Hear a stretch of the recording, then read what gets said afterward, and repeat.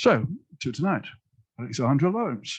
Again, known to many of you, Alex is a bit of a legend in Florence, been here for over 20 years, originally from Alabama, but then grew up in Sonoma in Northern California.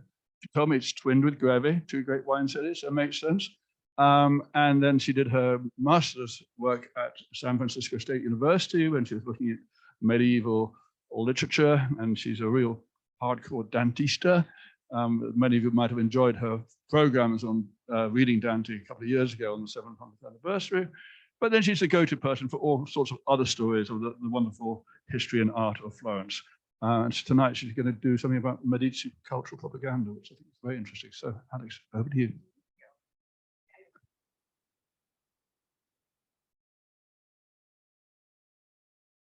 Because, oh, there. Is that? Can you hear me? Yes? Yeah. Okay. Okay. Oh, yeah, it is a little bit. Thank you, Simon. Thank you.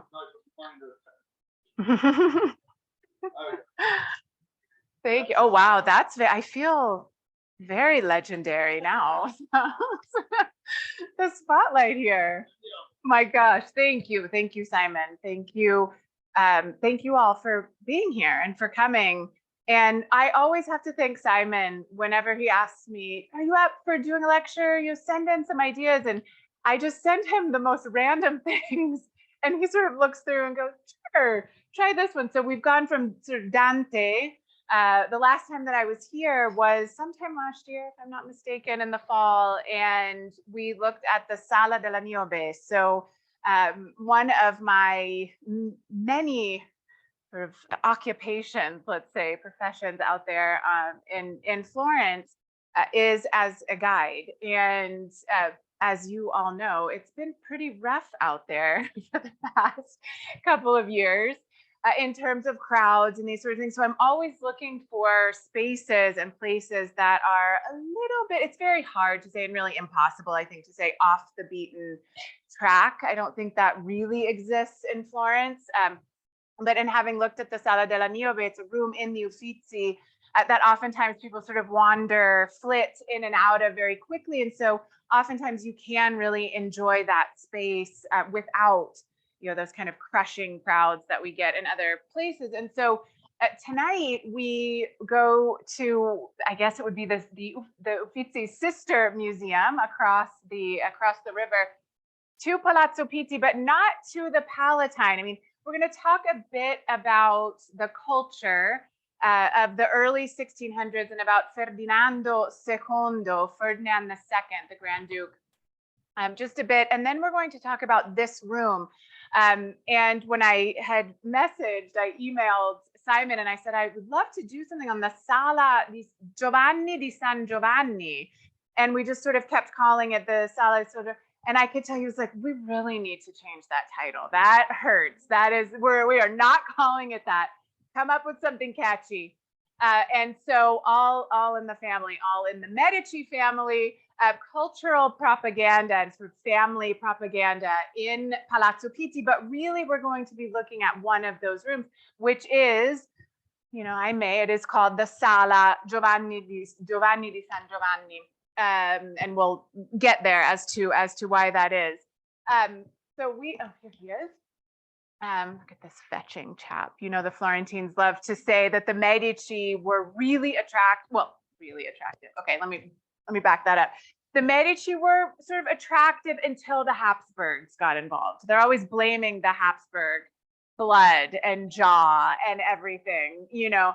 I always beg to differ on that, but Ferdinando II, Grand Duke, you see his years here, 1610, he's born and dies in 1670. So this is the Grand Duke who's going to be the protagonist of our talk tonight. He is the son of Cosimo II, Grand Duke Cosimo II de' Medici. And his mother was the Grand Duchess Maria Maddalena d'Austria. So she was a very heavy hitter. She was the daughter of the Archduke of Austria. And so, you know, the Medici family, starting with Cosimo I, our very first Grand Duke, they had a marriage policy that essentially every generation they would switch off. They would kind of keep everyone, Spain, France, Austria, everyone, you know, sort of happy and in the family. Because you want to make sure that you keep those powers, right? You want to keep all of those big powers quite close. And so Ferdinando's parents are Cosimo II and Maria Maddalena d'Austria, who we'll talk about here, because much more than we'll talk about Cosimo II, because when Ferdinando is, I was going to say it's quite dark, but there's nothing I can do about that. These paintings are quite dark of these two widows. The fact of the matter is that Ferdinando loses his father. He's 10, 11 years old when his father, Cosimo II, dies. Okay, obviously too young to be able to rule on his own. And so, typical, right? La mamma e la nonna step in, and they step in a very big way. He is quite young, but these are two very, very strong-willed and strong personality women. So you have Maria Maddalena d'Austria. Here she is in her widow weeds here, and then same with Cristina di Lorena. So this is Christine of Lorraine. She is the granddaughter of Caterina de' Medici, Queen of France. So again, here all in the family. Everything is you know, sort of staying close there. But it is Maria Maddalena who is more powerful in the sense that being part of the ruling family, right? The daughter of the emperor, or the daughter of the Archduke, she's the one who kind of has that trump card. So she has a higher, let's say, political standing.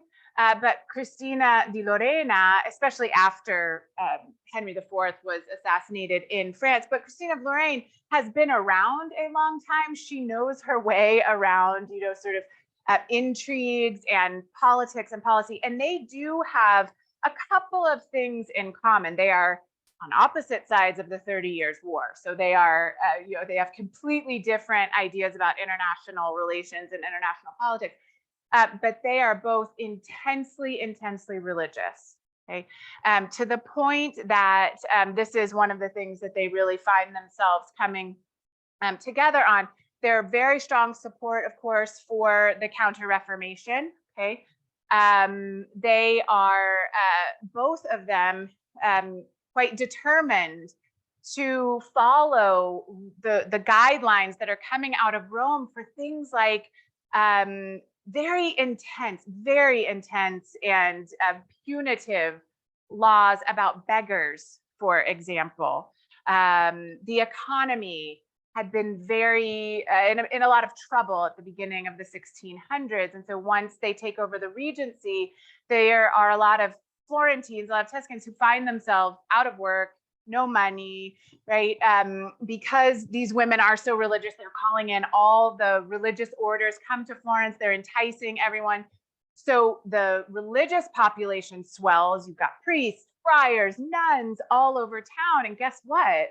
They're not contributing to the tax situation, right? They're tax-free living. And so a lot of that money as well from the palace is going towards the church as well. And so people are really finding themselves in very difficult situations. They decide that they're going to enact these really strict laws against, you know, begging, against even petty theft. If you were found guilty of petty theft, they were either like killing you immediately or you know, assigning you to a galley for the rest of your life. I mean, terrible things for quite small infractions. And another thing that they were in agreement about was not allowing Ferdinando to take part in the Regency Council. They did not allow him on the governing board, on the governing body. They would allow him on a committee every now and again, okay? But they didn't allow him to participate until he became of age. So these two women really ruled while Ferdinando was growing up, they were, of course, they were pictured here. We talked about this in the last talk, actually. In fact, I always love this. This is the Florentine Senate swearing allegiance to Ferdinando II de Medici. And it's always hard to find him. You can find sort of everybody else, but you have to look. So I circled him in red. You can see him there. There's Ferdinando II there in the middle. And you've got, Maria Maddalena d'Austria on one side, and you have Cristina di Lorena on the other. And so there they are, always, sort of flanking him and shoring him up, and really, as I said, sort of ruling while he was a young man. Now, his brothers, as he does come into, let's say, comes of age and he comes into his power, what becomes fairly clear is that Ferdinando, who has received this amazing education, as I'm sure you can imagine, very heavy on the religion, but also Latin, of course, history, geography, the sciences. And Ferdinando in particular, we'll speak about this in just one moment, but he was someone who had a great aptitude and a great love for even practicing, but certainly studying the sciences and the natural world, botany, and these sorts of things. And so he, along with his brothers, as he comes of age, I was saying, he's not a great ruler. Imagine, he's had Mamma and Nonna, who are very big personalities that have been doing it all for him, telling him what he thinks, what he should say. And he comes of age, and he finds himself in a pretty difficult situation in terms of the social scene. Economically, things are not great. There have been several back-to-back famines, and he just kind of finds himself out of his depths, right? And so he involves his brothers. And it wasn't always a given that the brothers would take part like this. And in fact, Ferdinando gives each of his three brothers really important roles within his government. And so the second eldest is called Giovancarlo de Medici. You can see eventually he becomes a cardinal. He was a huge playboy. Okay. And even when he became a cardinal, becoming a cardinal doesn't mean you stop being a playboy. And he for sure didn't. And in fact, anytime I can bring out my trusty Harold Acton, The Last Medici. If you don't know this book, you need to run to your nearest bookseller on the streets of Florence and grab it immediately. But it's just salacious and gossipy and fabulous. It's so good. And, take it with a grain of salt, or don't, as I do. You just sort of go all in, believe whatever he says. But Giovancarlo eventually will become a cardinal. But he, for Ferdinando, was he was the kind of economics minister of the economy, let's call him. Matthias, who came after Giovancarlo, was in the military. And actually commanded for a time, the Medici. I'm not going to dwell on any of them, but the Medici, we don't usually attach Medici and great military commanders. We don't put those things together very often. And in this case, we don't either. And so Matthias, he was also the governor of Siena. Okay, so, sort of also domestic policy. And then Leopoldo, and I have to say, Leopoldo is one of my favorite Medicis in the world. Look at him, bless. He had to become a cardinal when his brother died. You always have to have a cardinal, of course, in the family. But Cardinal Leopoldo, he and Ferdinando were very similar. They both have a love for learning, for the sciences, the arts in particular. Leopoldo will be the one who hires Magliabecchi, for example, and has him as the chief librarian, let's call him, kind of archivist and librarian. Magliabecchi's nucleus of manuscripts and books are going to form the first nucleus of the Biblioteca Nazionale here in Florence, the National Library. So this is all under Leopoldo. Leopoldo, you also might know, because Leopoldo was the one who started a kind of dedicated collectionism of artists' self-portraits. There were already a few in the Medici collection, but he had agents that were out all over Europe. He made this a big part of his budget, sort of went to creating this collection of artist self-portraits. Those of you who have been around long enough to have gone into the Vasari corridor would have seen a very small portion of those artist self-portraits. There are about 800, I think, at this point. It's the largest collection of artist self-portraits in the world. So it's really extraordinary. And that is Leopoldo. So this was his brother. Now, these were his brothers, I should say. There was a plague in 1630. I don't know about you guys, but I am just now getting to the point where I can talk about plagues in history again. It took me a while, it's kind of like, I can't go there. But now they're back in my presentations. And so in 1630, 1629, 1630, there was, and not to joke, of course, but a devastating plague in Florence. And I bring this up for two reasons. One, because it contributed to furthering this problem, right? The social problem, especially in terms of the finances, the city, the economic life, let's say, of the city. But Ferdinando and his brothers, he asked them all to stay in Florence. So all of the nobles, of course, are fleeing, right? We've all read our Boccaccio. We know that if you have the summer house in the hills, you go immediately. So everyone was leaving the city if they had the means. Ferdinando and his brothers stay in Florence, and they are an active part of sort of administering to the people who needed their help in Florence during that plague. And I will tell you this, we still talk about this to this day. This fact that they stayed here, so a little bit of their presence went a really long way. 400 or 500 years later, here we are still talking about all of this, because it was one of those moments where people say, what were the Medici like overall? If you had to give a sort of grades to the Medici, and you kind of go, okay, well, they weren't as bad as this, but they weren't as good as that. And there's always this moment of the 1630 plague where you say they stayed, and Ferdinando, was out there on the streets, and everyone remembered this, and this became kind of Medici lore in a certain sense. I just add this because I found this during my research again, now that I'm back into talking about plagues. This is from the Vico Pisano archives. And it is the more things change, the more they stay the same. This is a communication from the Grand Duke that lays out the terms of quarantine. And it says essentially, I know this seems excessive. This seems excessive because we think we probably can contain the contagion.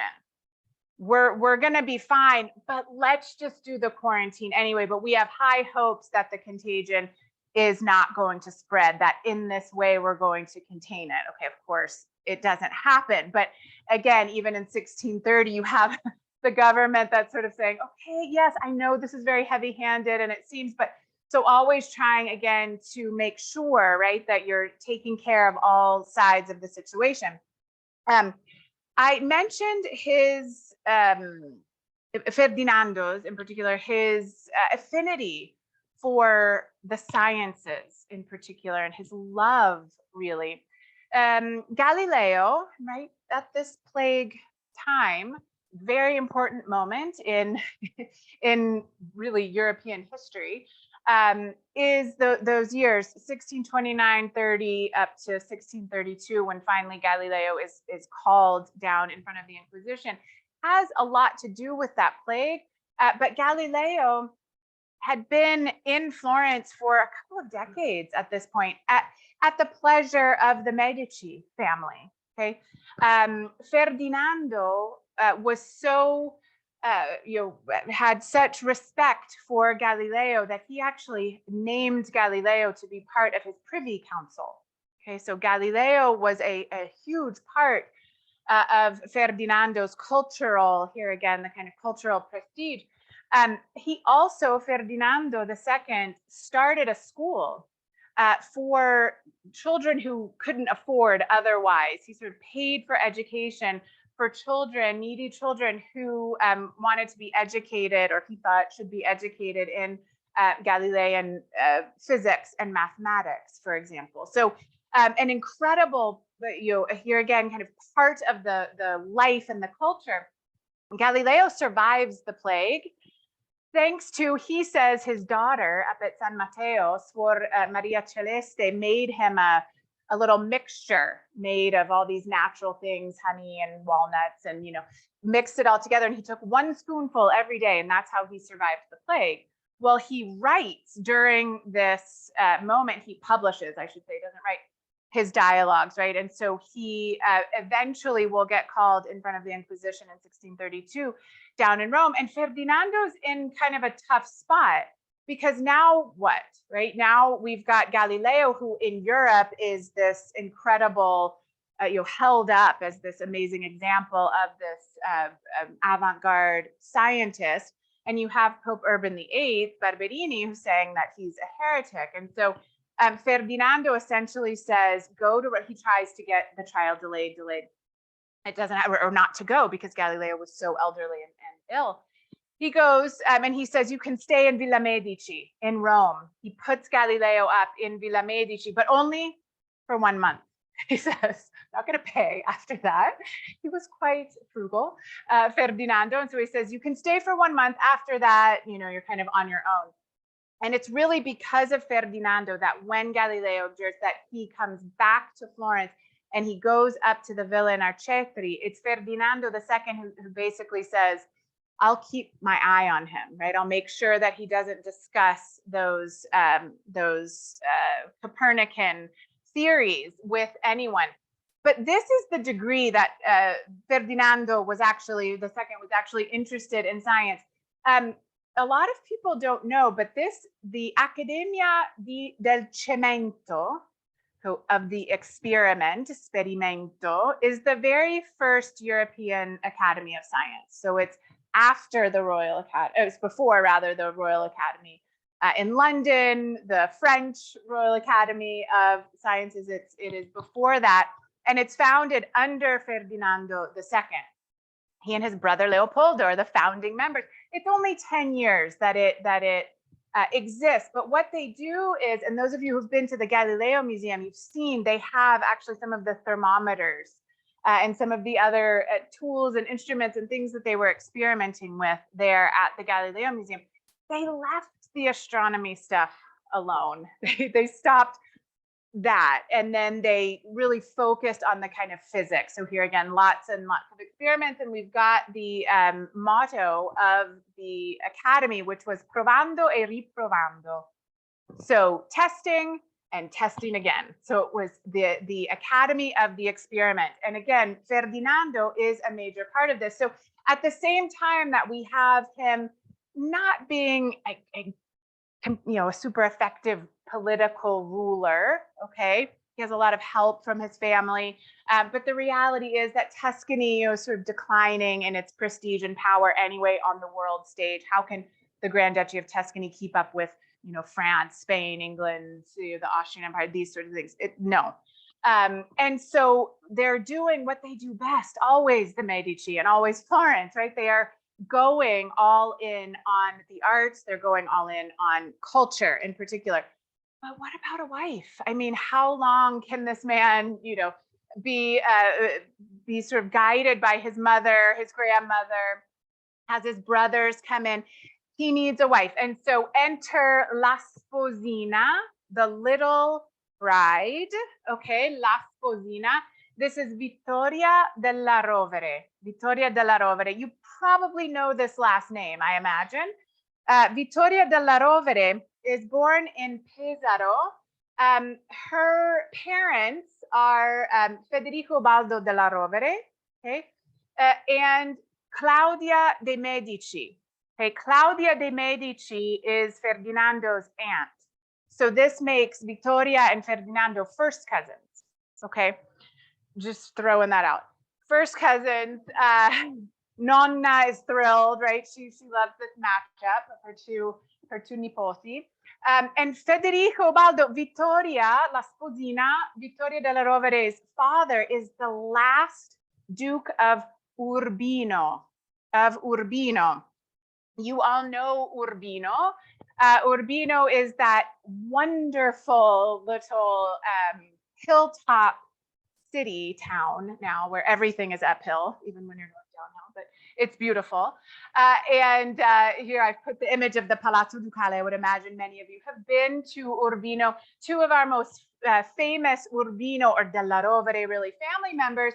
One is Pope Sixtus IV, who was from the della Rovere family, and his nephew, who was Pope Julius II della Rovere. So, of course, the man who built the Sistine Chapel, and then his nephew, who had Michelangelo decorate the vault, of the Sistine Chapel. So these are people who know money, they know power, they know art, they know culture. This is where Vittoria is born, right? Now, she loses her father. Her father dies as she is just over a year old, and she comes to Florence. She's raised in Florence at the convent of the Crocetta.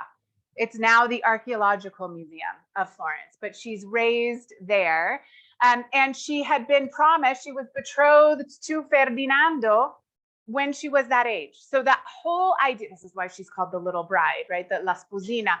So the whole idea is that they're going to marry. And what are the Medicis thinking? If she's the heiress to the Duchy of Urbino, what happens? They marry and the Medici take over Urbino. Happened before. We had a Duke of Urbino in the early part of the 1500s for a little hot second, Lorenzo. And so this is the idea. Let's get them married and we will take over Urbino. And of course, the papacy ensures that that does not happen. They come in, they take Urbino. So Urbino becomes part of the papal states. And all of a sudden, here's Vittoria della Rovere, who is now her predecessors. Let's look back and see who they are. They're the daughters and the sisters of the Spanish rulers, the ruling families, again, of Austria, France, and then you have Vittoria della Rovere. What do we do here? Especially now that she's not bringing with her she's not bringing with her the duchy. She is bringing a lot of good art, though. And so when the next time that you're out and about and you're enjoying some Piero della Francescas or you're enjoying some Raphaels, the majority of them that we have here are those Titians, okay? They're all from her.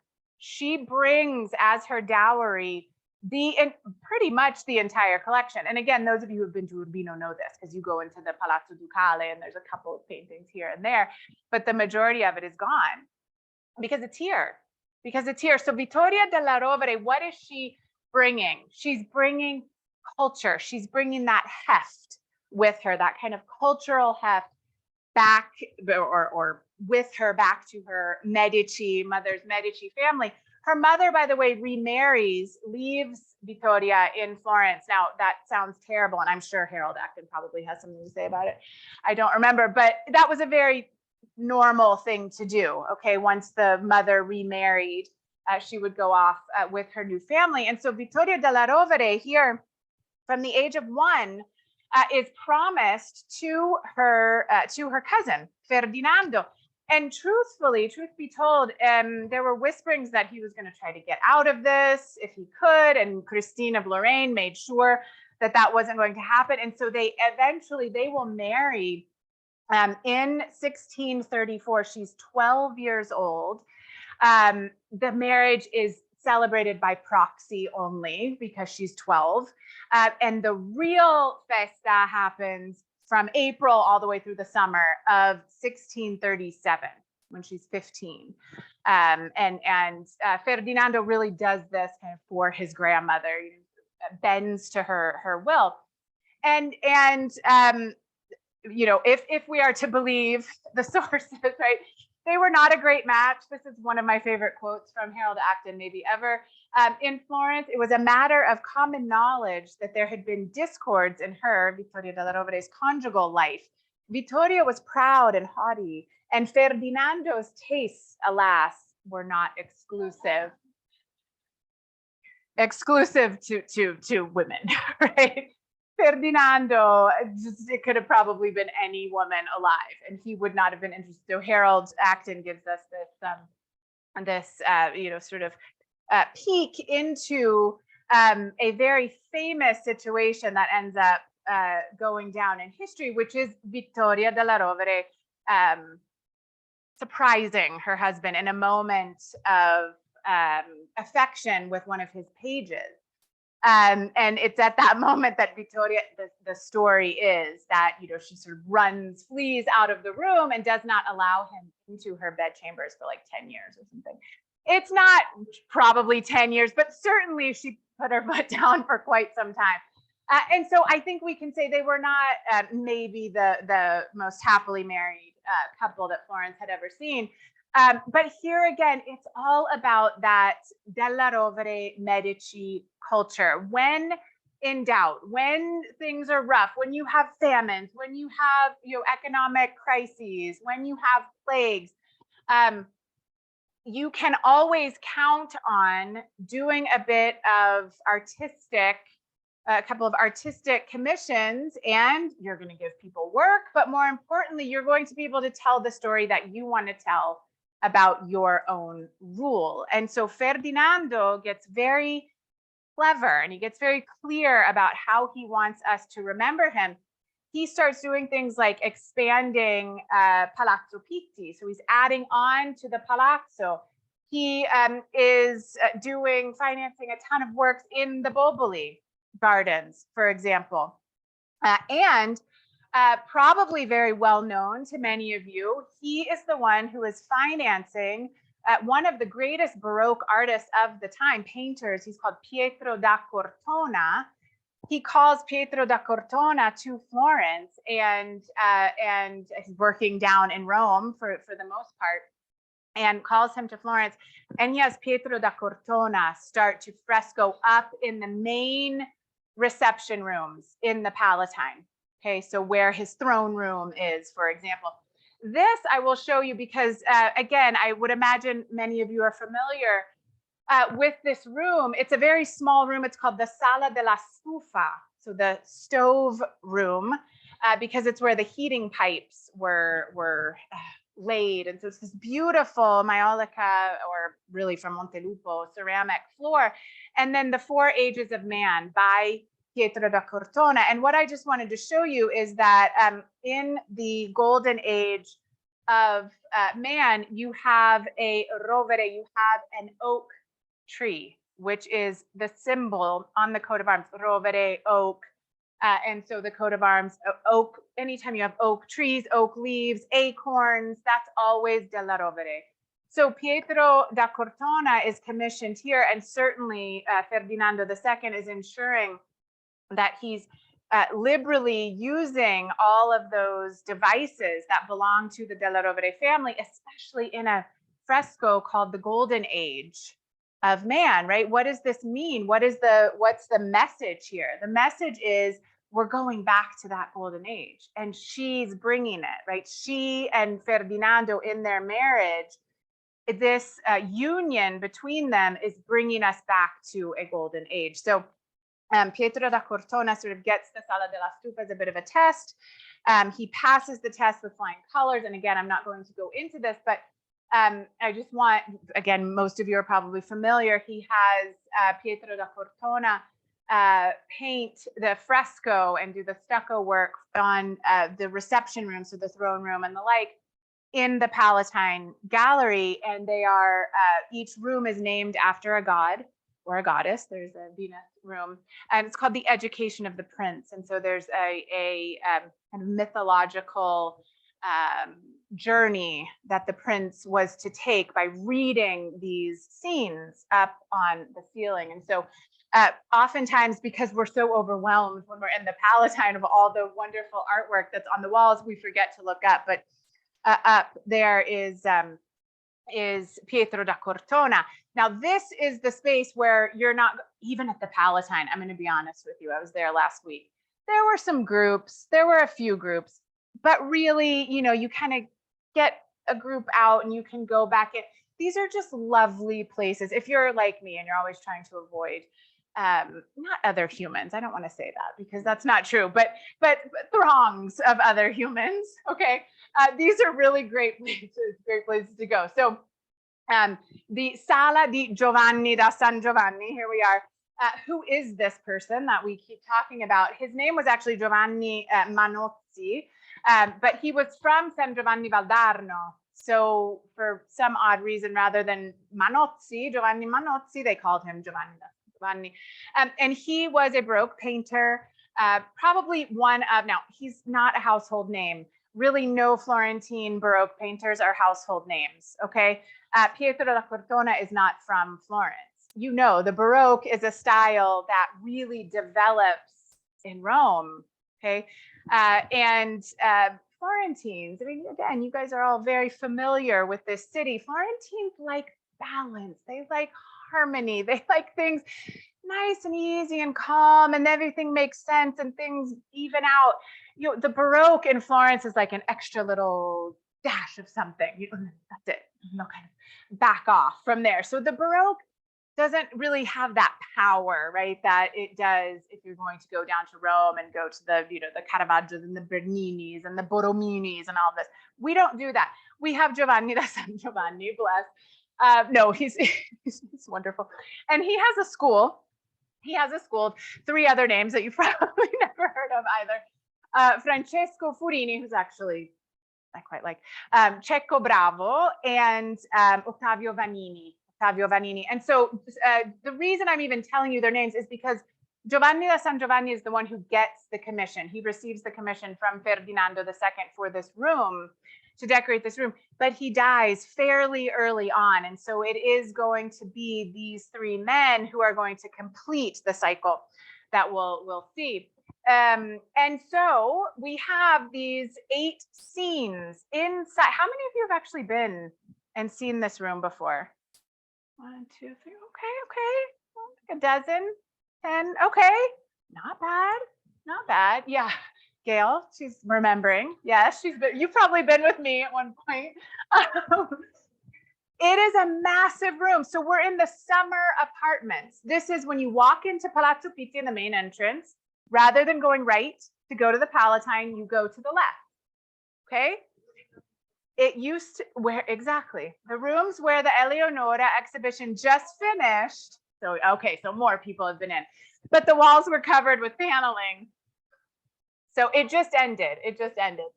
But it's a very large room, and it's part of what used to be called, terrible name for a museum, the Museo degli Argenti, the Silverworks Museum. Terrible name. Now it's called the Treasury of the Grand Dukes Museum. It's not great either. It's a fabulous museum. It's one of my absolute favorite places in all of Florence. But these were the summer apartments. You all know we're all complaining about the weather right now, but it's better this than that extreme heat that is no doubt coming for us.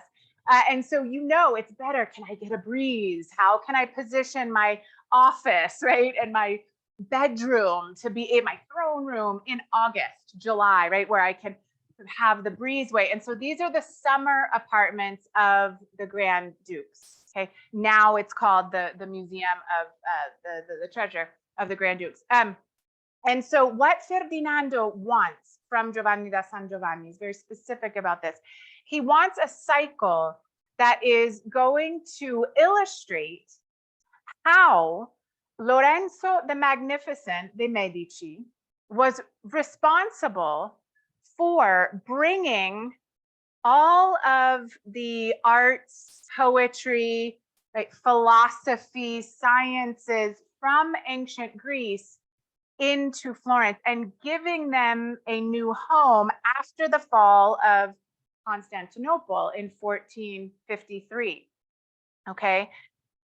Florence often touted itself in the 15th century, a new Rome, okay, a new Athens. That's what Ferdinando II wants to communicate. Florence was under Lorenzo the Magnificent, and his entire life, we see, we're going to follow it all the way through Lorenzo's death. he was the reason, right, that Florence became a new Athens, and it is all going to be recovered through him, through Ferdinando II and this marriage with Vittoria della Rovere. And so this is the cycle that is painted in the 1630s by this team of Florentine painters. So you start out by looking up at the ceiling. So you have the central vault there that is, or it's not really a vault, it's a very, it is a vault, but it's a kind of dolce, sweet little, not very dramatic. Again, it's the Florentine Baroque. And there is an allegory of marriage. And so what we have are the figures of, I have to grab my magnifying glass here, the figures of Hera, so the goddess of marriage, right? Here's her peacock, and Venus, goddess of beauty and love. We need both of them for a marriage. And here is the crown that Hera is positioning here over the Medici device, over the Medici coat of arms. Okay, so these goddesses that are sort of overlooking and taking care of this marriage. Here you have the three fates.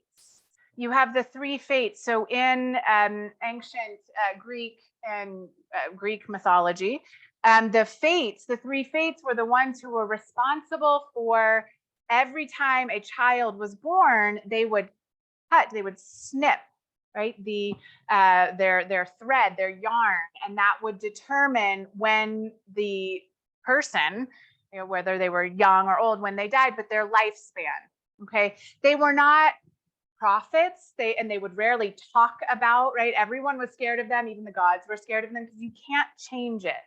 The three fates, you can't change it. And so here they are, and it's a terrible, these are very bad, low resolution, I should say, because it's just very difficult to find images of this room. But you have one of the fates here who is cutting, Cupid here is kind of grafting on that oak branch, but the fate is cutting it. So this is the last della Rovere, right? But you're celebrating her up top. It is this marriage. You've got the oak and you've got the Medici coat of arms in this marriage, but that della Rovere, the duchy right there in Urbino, is gone. And so no more. On either side, on one side in the oval, you have Marzocco. So you have the lion, the little Mars, as it's called, symbol of the popolo, of the people of Florence, the Marzocco, who is kneeling before Mars. Okay, Mars is going to play an important role here in this. So this is sort of the Florentine people who are kneeling in homage to Grand Duke Ferdinando II. And then over on the other side, you have Flora, who is being admired by Pan. And this is, you know, sort of all of nature that is admiring Vittoria della Rovere. Vittoria della Rovere, I'll never forget when I was first learning about her, my professor said, oh, she was very vain. You know, all she did was think about her looks and, you know, and I'm looking at all these images of Vittoria della Rovere, these portraits and these little busts and things. And they're very different standards of beauty back at that time, but she was apparently a very vain woman.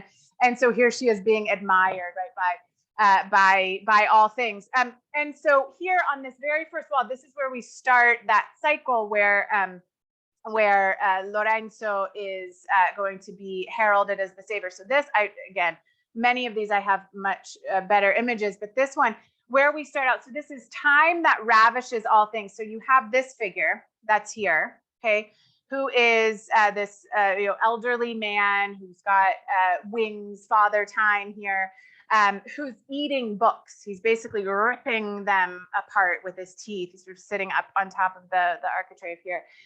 You have this giant bust on the ground, kind of a decapitated Alexander the Great head there that's lying on the ground. You have centaurs down at the bottom. Anytime, except for Chiron, when we're talking about centaurs, not always, but 90% of the time, anytime we have a hybrid, right, that has the lower half that is animal, this is the base instinct. So these kind of naughty, centaurs who were there, who are going in for the kill. So they're going in and they're also ripping up the books.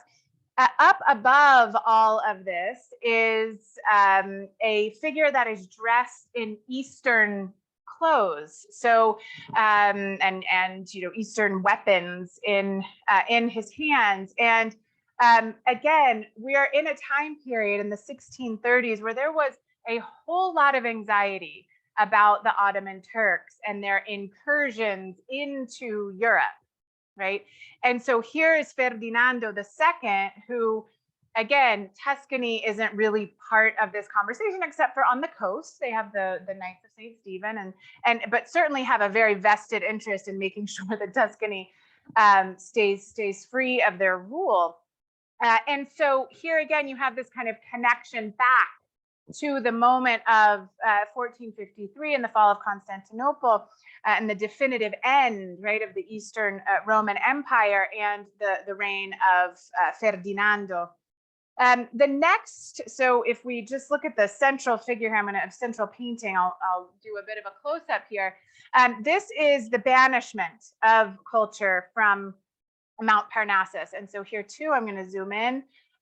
We have Mount Parnassus, so the home, right, that beautiful limestone mountain up above Delphi, where the philosophers and the poets and the painters and everyone, lives in such peace and harmony. And because now, right, all of that culture is being banished, we have all of these exiles, we have all of these, in particular, poet and philosopher exiles. And so up here, more centaurs, okay, who are really going for it. They're in there ripping everything down. And as we make our way, we see this figure in red, in a red lucco with a laurel crown. We only see the back of him. He's flying down the stairs. He's got his left arm raised up. He's been tossed down the stairs. Any ideas who that might be? Dante. So wherever you go, there he is. Dante, who has been sort of tossed off of Mount Parnassus, pushed down the stairs. Here is Pegasus, who's giving rides to all of those wonderful poets and philosophers, who is being ripped apart. The Furies are ripping him apart. He's bloodied. You have Sappho. Who is about to get hit in the head by this pretty aggressive Fury here, with the yellow drape around her waist. You have Aristotle getting trampled at the bottom. Do you see his name is here written in Greek? And you have Homer. Who is at the edge of this painting as he is blind, right? As he is blindly feeling his way out of Parnassus into Florence and Tuscany. So as we go to the next scene, where the door is here, you have the continuation. So Homer's just on the other side of this little column right here. You have philosopher here crying, right, saddened about what's going on. And you have Fame, winged Fame, who is pointing back or gesturing back rather to this crowd of exiles. So all of the exiles who are coming out off of Mount Parnassus, hands, clasped in desperation here, the tears, the despair. And who is offering them help? Tuscany. Exactly, Florence, Tuscany. So here is Tuscany, and she is La Toscana, dressed in her beautiful silk brocades, that gorgeous diadem on her head, her pearls, beautifully, dressed, who is offering, right, she's pulling Fame up and then motioning to, she's got a cornucopia here, so abundance, plenty, the eagle of Jupiter, the marzocco is there. So we're making sure, right, that we're understanding that this is Florence and Tuscany. And she is taking Fame by the hand, then she will motion over to the very next scene, which is Lorenzo the Magnificent, who is receiving the muses. So here we have the exiles from Mount Parnassus who have been who have been welcomed by Tuscany, and Tuscany is saying, Goddess Tuscany, here, this is the man who's going to take care of you. This is Cecco Bravo, so this is a different artist. I just point that out.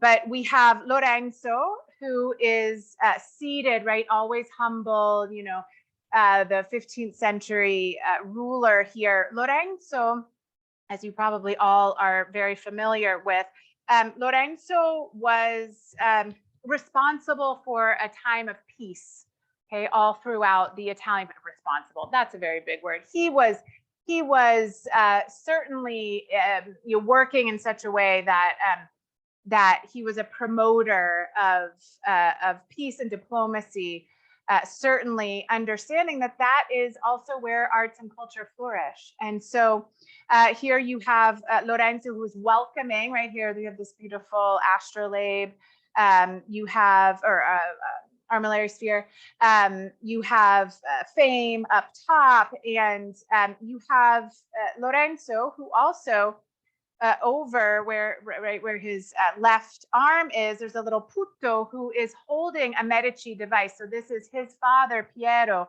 that diamond ring with the 3 feathers. So it's kind of fun. It's like a little treasure hunt to be able to pick out, you know, and bring together all these different moments. And so this is, again, the moment that Lorenzo is bringing everyone back together. Here instead is Lorenzo, so we're moving through Lorenzo's kind of deeds. Lorenzo, as he is speaking with Prudence, and Prudence has the serpent, right? The wisdom from the tree of knowledge, if we think back. Wisdom, oftentimes Prudence shown with a snake, and a mirror, self-reflection. Okay, so you need wisdom and you need self-reflection. Here you have a woman, a female figure, who's taking off her armor. So peace, right? This is what we need. And you have this figure here who is motioning, figure of Prudence, who's motioning up to the temple of Janus. So this is the god, Roman god of peace, right? The temple of peace. He is the ruler of the temple of peace. The temple of peace, the door is being closed because Mars, who is up in the sky, is out of there. So peace, right? This is what Lorenzo is giving us. This is why the arts can actually flourish in Tuscany. Here you have, this is the window wall. So you have just opposite, you have abundance and prudence, these 2 figures here on the side, flanking this central piece that I think is probably familiar to many of you, and faith.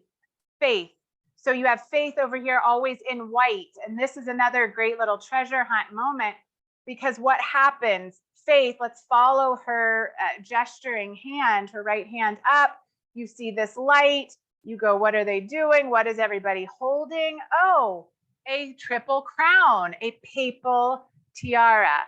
So have faith, Lorenzo, your son, Giovanni, and your nephew, Giulio, will become popes, right? Next door is a Grand Ducal crown. So faith in both your descendants who will be popes, but also Grand Dukes. So if we go to that central figure, as I said, that central painting, I should say, this is probably familiar because they use it all the time for Michelangelo. Because even though this is from the 1630s, it's that great illustration of Michelangelo who tells the story in his own words, kind of in the Condivi biography, where he says that Michelangelo, young 15-year-old Michelangelo, is invited into the sculpture garden with Lorenzo the Magnificent, and the story of the head of the faun, where Lorenzo has a look at it, says, "This is really good. You're amazing. The only thing that you did wrong is that this is a faun. He's an old man. He should have, you've made him with all his teeth. You should have a couple of those teeth knocked out." Michelangelo, not to be outdone, stays up all night, goes in, makes the mouth look old. Lorenzo comes back the next day, takes a look at it and goes, "Oh, Michelangelo, don't you want to come live at my house?" It's a really great story that probably, definitely did not happen, but it's become part of the story. It's become part of the lore.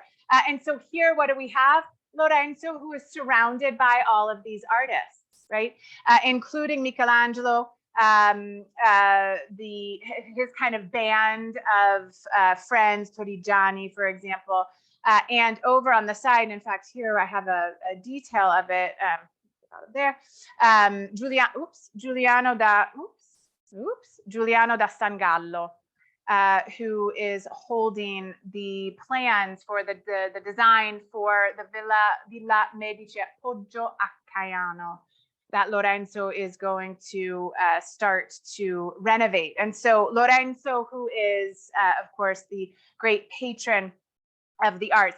We end with these two scenes. So we've had Lorenzo welcoming in the arts. We've had Lorenzo, the peacemaker, understanding that the only way to create this new Athens, the only way for philosophy, painting, sculpture, architecture to flourish is to have peace. Okay. Then we see Lorenzo actually with, putting his money where his mouth is with the artist. Now we have a different moment, or a different, let's say, patronage, and that is Lorenzo at the Platonic Academy of Careggi. And so this was started by his grandfather, Cosimo the Elder. And so it's not just the visual arts. It's not just the Michelangelos and the Sangallos and the, various artists that, Botticelli's, for example, that we're talking about, but also, of course, philosophy. And so here is Lorenzo, who was also a poet, a great poet. And he here is holding in his hands these 3 gold chains. This is the figure of philosophy. She is completely, well, her top anyway is completely nude. This idea that you have to rid yourself, right, of all of your worldly things. You have to give all of that away in order to access these higher truths. The statue is of Plato, and then we have Marsilio Ficino, responsible for translating for the very first time the completed works of Plato from ancient Greek into Latin, and Pico della Mirandola, who was many things. He was an amazing figure, but he was, for example, the first to, seeking truth, right? These are seekers. So they're looking at all these different philosophies and all these different traditions, mystery traditions, religious, spiritual traditions. We associate Pico oftentimes with the Kabbalah, for example. And so here you see all of the books, right? You see the figure of contemplation over here, and the various figures who are reminding us, again, it's not just the artists, it's the poets, it's the philosophers as well. Alas, everyone has their time, right? And the 3 fates,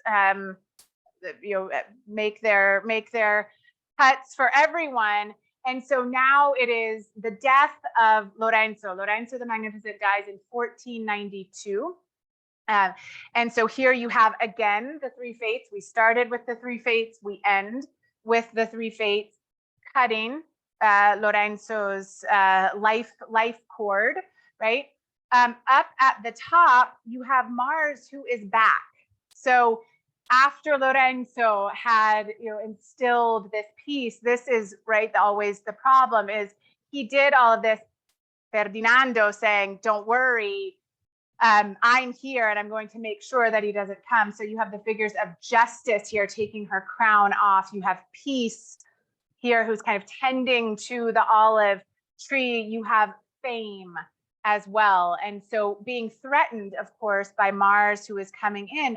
But the river that you have down below, this is the Lethe, the river in Hades, the river of forgetfulness, right? Oblio totale.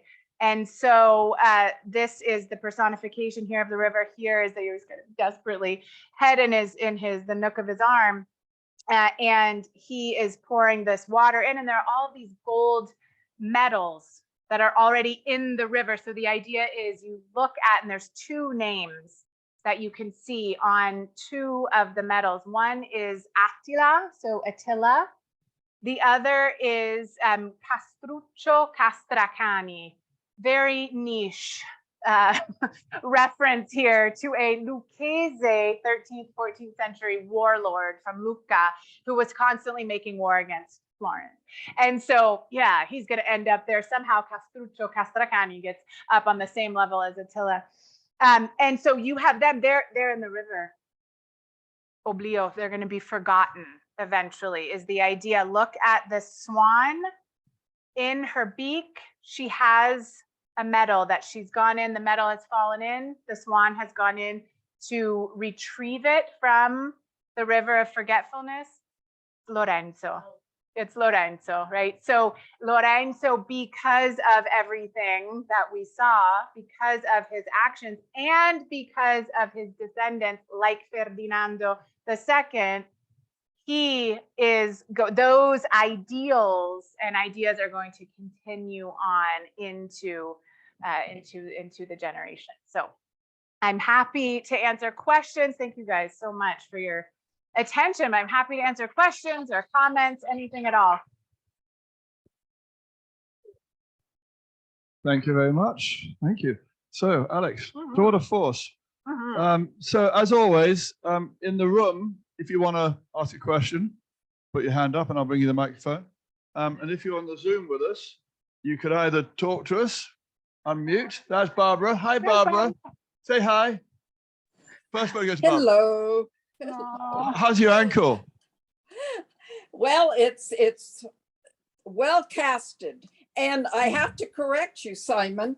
Lovely as it would be to be in my namesake, Santa Barbara, that's not where I am. I am in San Diego, another saint, and it's specifically in Little Italy. So even though I'm missing out on my second month, I have about 40 Italian restaurants down the block, and my little helpers can bring me my Meals on Wheels. So apologies for getting the address wrong. A couple of weeks ago, I accused Lisa Camarica of being a graduate of Syracuse, which is actually Berkeley. So what, I'm hopeless. It's all America. Anyhow, sorry. I better shut up before I get into worse trouble. Anyhow, Barbara, thank you so much for supporting this month, and we really miss you. But haste you back. Yeah. Okay. Did you want to ask a question while she got the microphone? Or not? Make a comment? No. All right. Anyone? Starting with the Zoom. Anyone want to unmute and say something about Alex's talk? I can see some of you. Yes, they're live. Ari, go on. Oh, what was the licentious book you showed in the first place? Hold it up to the camera. Okay, so I don't know where the camera. Okay. Yes, Okay. it's The Last Medici, and it's by Harold Acton.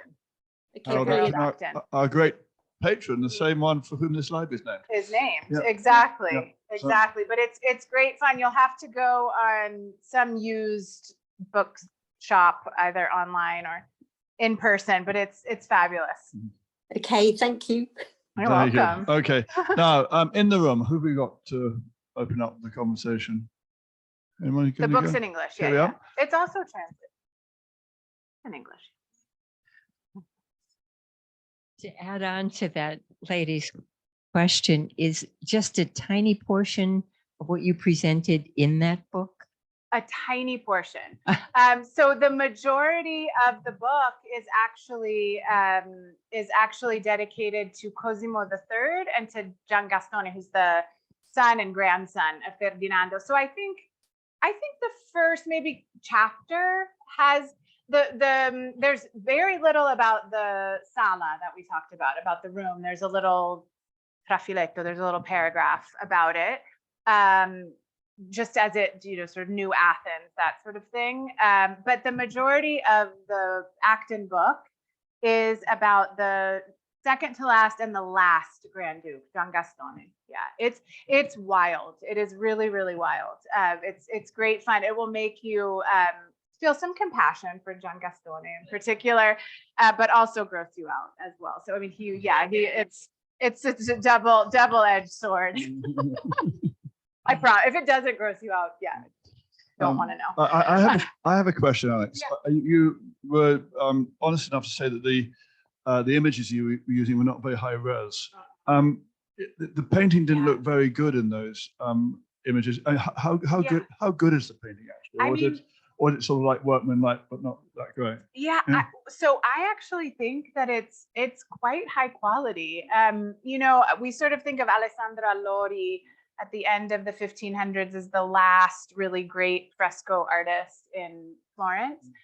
And it is true that Buonfresco declines big time in quality, big time. I mean, if you look at, for example, the cloister of San Marco, the Beato Angelico frescoes compared to the 2 centuries later, and they're just in terrible shape.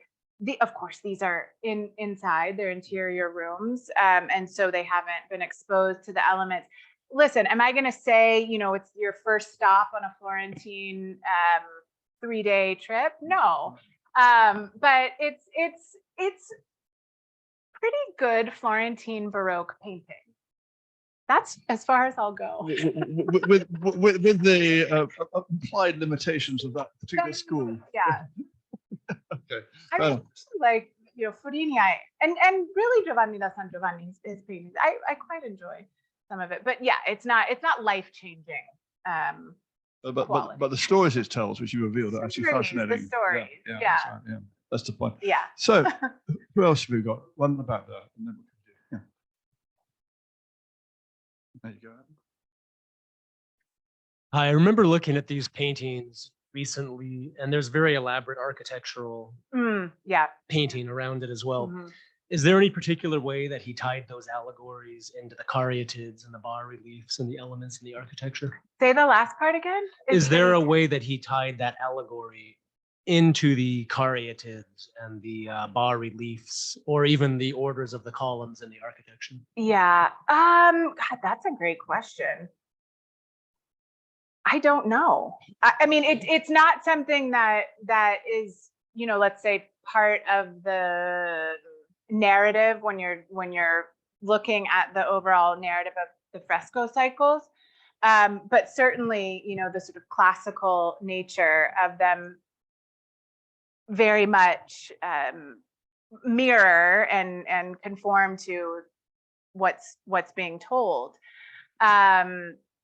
The following rooms, the rooms after the sala that we just spoke about, those are those architectural elements, which are still the classical for the most part.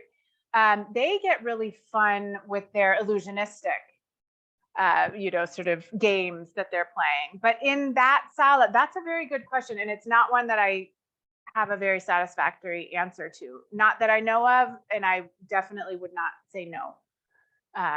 But TBC, to be continued. If I can find out, I will. Going back to the relationship between Florence and the Baroque, I was just wondering why Baroque didn't actually have a way to really establish itself in Florence. Yeah. So is there a reason? Yeah, I mean, I think I do think that certain art forms, absolutely, it's a great question. I do think that if we're looking at Commesso Fiorentino, for example, the Florentine mosaic, there you are actually finding innovations and a great amount of creativity and something that's quite unique actually to Florence. I think more than anything, it's a matter of where the artists were, where they were going. I mean, I think that if you look back even under Cosimo I, the moment that you create an academy, the moment that you create a court where you're either in or you're out, there's a brain drain when it comes to creativity, because while during the Republic, you would have lots and lots, maybe you were on the Medici list, or perhaps you were on the Strozzi list, right? Or the Pazzi or whomever. And so you would have had opportunities for patronage. That is, the pool is going to shrink, I think. And Florence, especially in the 17th century, Rome was making such a concerted effort, right? During the Counter-Reformation, it is like, this is the center of the world. This is where it's all happening. This is where the advances are being made. Everyone has to come here, do the pilgrimage, so the artists were really flourishing in the community there. So I think a lot of it has to do with that, just the fact that, again, you're either in or you're out. And if you're really good, you're in Rome. Yeah. Yeah. Yeah. Very good. Okay, anyone on Zoom want to unmute and talk to us? I'll put something in the chat. No? More here? Yeah. I just wanted to thank you for bringing to life a room that I have seen, but never really understood the, the progression. Yeah. And it was just incredibly entertaining and very, very informative. Thank you so much, Alexandra. Thank you. Yes. Thank you. indeed. Thank you. Yes. Thank you.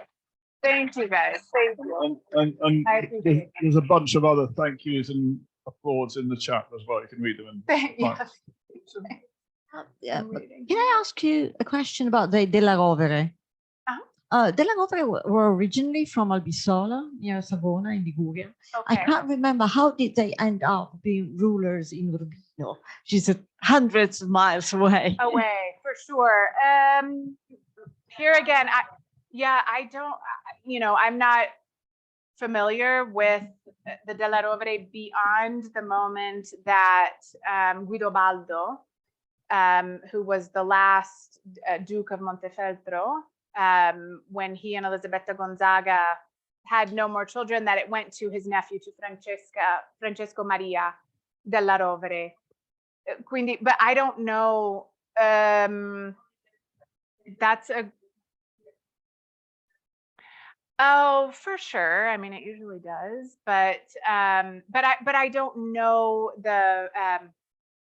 the Montefeltro tree well enough to understand where the Della Rovere, Francesco Maria, but it was in that moment at the beginning of the 1500s that, Elisabetta and Guidobaldo couldn't have children. And so it passed to the Della Rovere. And then at that point, right, when Ubaldo dies, that it goes back to the papal state. Urbino was a funny place in that regard. It had been under Medici control for a very short amount of time. It was strategically enormously important. Pesaro, of course, is part of that as well. And so, but I'm not sure. Yeah, I'm not sure. It's probably time for just one more, but if nobody's bursting to go, we're probably at the right time to wrap this up. The wine from our friends at Frescobaldi awaits us in the other room. Back home on the Zoom, please open up your bottles and have a drink with us remotely. And thanks as always for joining us from around the world. Lovely to see you all. Zoomies. And we'll see you next week. Bye for now. We're waving in the room. Oh, Wave at the sweet. camera, Alex. I know, I love it. Wait. There we go. Wait. And just thanks, Alex, again for a lovely lecture. No, my pleasure. My pleasure. Thank you.